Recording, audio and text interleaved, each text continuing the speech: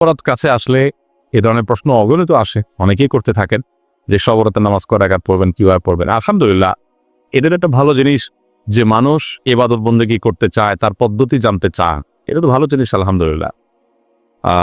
শবে বরাত যেটাকে আমরা বলছি, এটা হলো মধ্য শাবানের রজনী। মধ্য শাবানের রজনী, এটি হলো হাদিসের ভাষ্য, লাইলাতুন নিসফি মিন শাবান। শবে বরাত বলতে কোনো জিনিস কোনো ফরম্যাটেই হাদিসে আসে নাই। হাদিসে আসছে লাইলাতুন নিসফি মিন শাবান, অর্থাৎ শাবানের মধ্যরাত, মধ্য রাজানি বা মধ্য শাবানের রাত।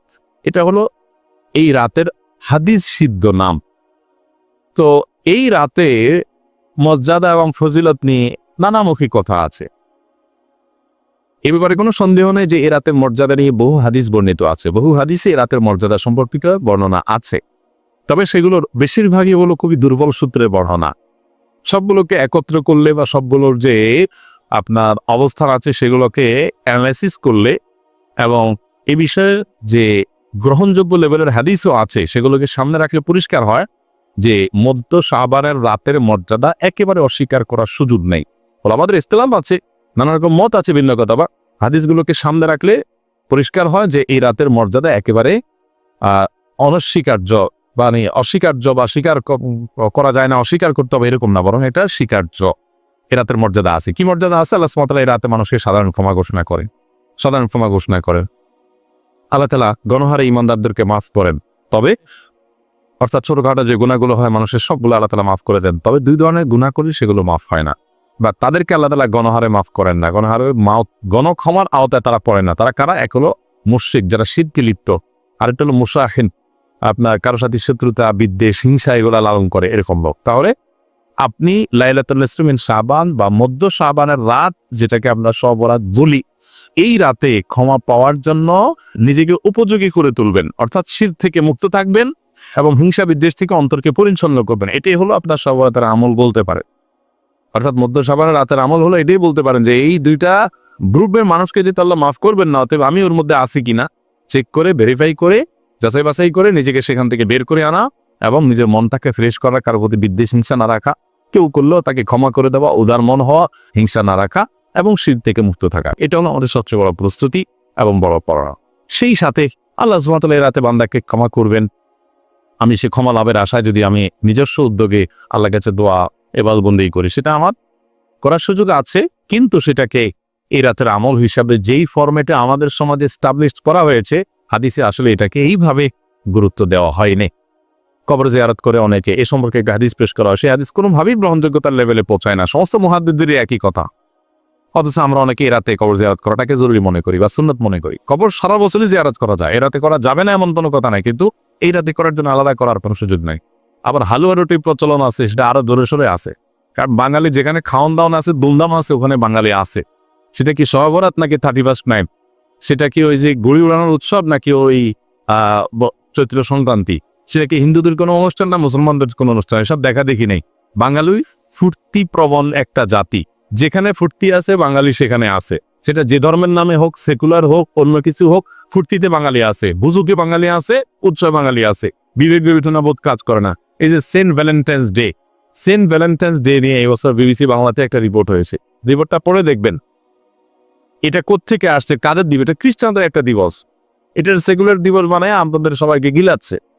মানুষ কতটা বোকা হলে একটা ধর্মীয় দিবসকে সেকুলার দিবস মনে করে সব ধরনের মানুষ সেখানে মিশে যাচ্ছে। এবং খ্রিস্টান ধর্ম পণ্ডিতরা, বর্তমান সময়ের পণ্ডিতদের মন্তব্য আসছে যে এটা তারা দাবি করেছে এটা তার ধর্মের একটা ব্যাপার ছিল, এখন সারা পৃথিবীতে মানুষ এটা করে।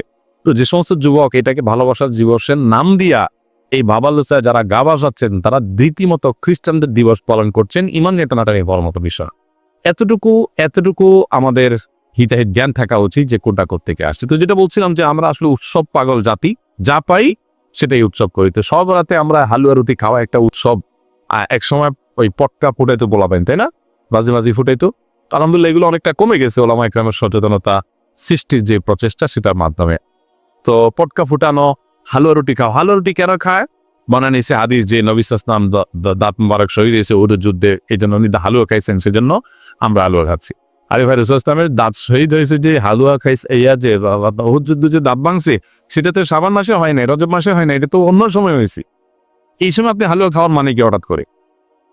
আর সেটাও আগেও না পরেও না, ওই দিন হালুয়া রুটি খাইতে মন চাইছে, আপনি খান, দুমায়া খান, নাক পর্যন্ত খান, শরীর তো আপনার নিষেধ করে নেই।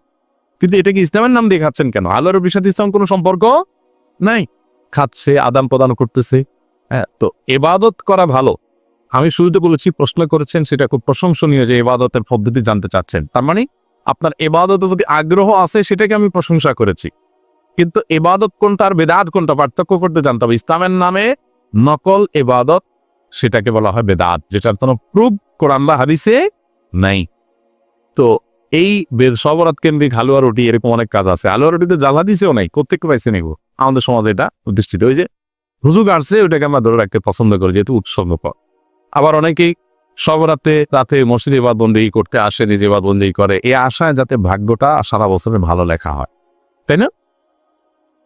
এই রাতে ভাগ্য নির্ধারণ হওয়ার কথাটাও চূড়ান্ত এবং সঠিক, আপনার বিশুদ্ধ প্রমাণিত কোনো বিষয় না।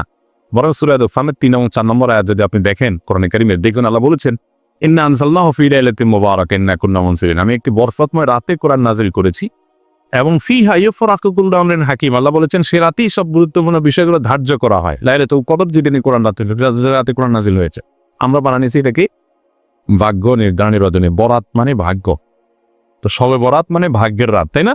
বানায় নিয়েছে। আমি প্রায় চিন্তা করি যে সব রাতে মানুষ এত বেশি মসজিদে, মাশাআল্লাহ মানুষ মসজিদে আসা তো ভালো জিনিস, কিন্তু এই রাতে আসে, অন্য রাতে আসে না, কাহিনী রে। তো পরে দেখলাম যে কাহিনী হলো, মানুষ মনে করে এ রাতে আসলে একটু কান্নাকাটি করে আল্লাহর সাথে একটু মাপটাপ চাইটা, এই চান্সে যদি ভাগ্যটা ভালো করে নেওয়া যায়, তাহলে সারা বছর আর তো নামাজ কালামের দরকার নেই, বেঁচে গেলাম, এক রাতে নিজেরটা করে নিলাম। দুনিয়ার মানুষের চোখে দলে দেওয়া যায়, আল্লাহকে তো দলে দেওয়ার সুযোগ নাই। আল্লাহ রাব্বুল আলামিন সবকিছু জানে, সবকিছু খবর রাখে। ভাগ্যে ভালো কিছু যদি চান, সারা বছর ভালো ইবাদত বন্দেগী করবে।